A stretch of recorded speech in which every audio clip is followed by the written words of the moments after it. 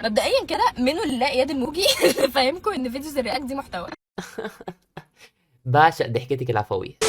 مبدئيا مش قد الموجي اللي عرفنا ان فيديوهات الرياكت دي محتوى. في ناس من قبله كتير بتعمل. مهاب شادي بيعمل من زمان قوي. مهاب شادي عجز خلاص، فاهم ازاي؟ بيعمل من بدري قوي. فمش قد الموجي اللي خلانا نعمل كده يعني. انت لو بتكرهني وفعلا مش مهتم باللي انا بقوله هتعملي بلوك. وليه حد يكرهك اصلا يا فنانه يعني؟ ده انا نفسي اشوفك يعني، فاهمه ازاي؟ يعني نفسي اسكن في عين شمس مثلا، مصر الجديده، ناهيه، اي حاجه قريبه لوسط البلد.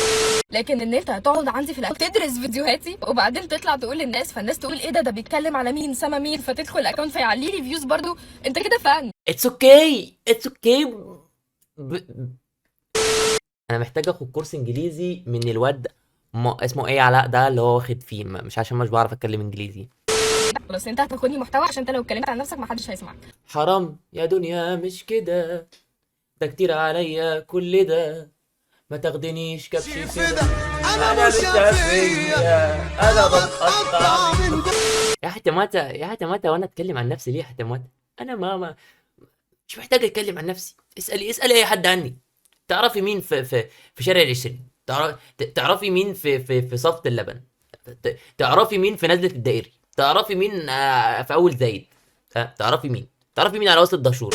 افهم الفيديو اللي انت هتطلع تهق عليه. اصل سما بتكره الرجاله كلها. لا يا حبيبي، انا ابويا احسن راجل في الدنيا. انا عندي صحاب كتير قوي ولاد رجاله وجدعان وقفوا معايا في مواقف.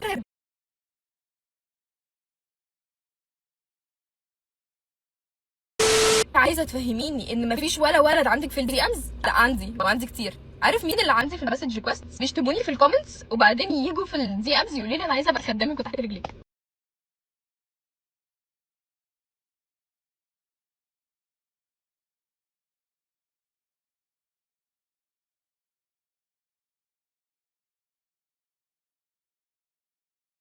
فيها ايه يعني لو ولد قصير؟ لا مش عيب ان ولد يبقى قصير، بس عيب ان ولد يبقى قصير وبيتكلم على جسم بنت تانية. هو انا بصراحة حتماتا حاسس ان المشاكل دي مش موجودة غير في الكوميونتي بتاعتكم انتوا بس يعني. صح قلتها صح؟ مش عارف. موجودة عندكم انتوا بس يعني. احنا ممكن صعب قوي ان انت تلاقي واحد عندنا قصير وبص البت العجله دي، انا بص يالا شبه شبه العجل، بص تخينه ازاي 350 ده قتل. ما اعتقدش ان ده ممكن يكون موجود عندنا. ممكن عندكم بقى. بص البنت دي بس، لا لا، جاسمين تخنت قوي. حبيبي انت متر و50، whatever، هي تخنت برضو.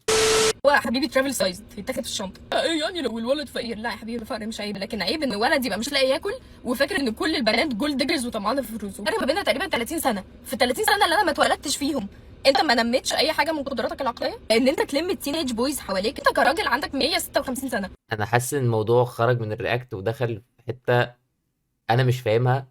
حرفيا انا مش فاهمها عشان هي بتتكلم انجليزي، وانا لازم اخد كورس انجليزي. فين معتاد علاء؟ ده جيشك يعني. ده حمله الباور اللي عفوية. شفت الضحكة العفوية؟ يا الله. انت عاملها عليا عاملها بدول. قلت لي ان انا بحب البنات يبقى انا كده رينبو.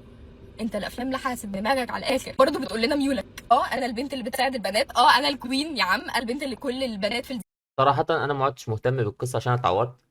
كله بسبب معتاد علاء. ويا سما حاسس ان انت كبرت الموضوع شوية. عادي، احنا اخوات كلنا والموضوع سهل يعني، مش حاجة احنا بننتقد يعني. انا مش بنتقد شخص، انا بنتقد فكرة فيديو يعني. انا مش انت لذيذة جدا، عامل لك فولو اصلا على تيك توك وانستجرام. فعادي جدا يعني، اعمل اللي انت عايزاه وكيب جوينج.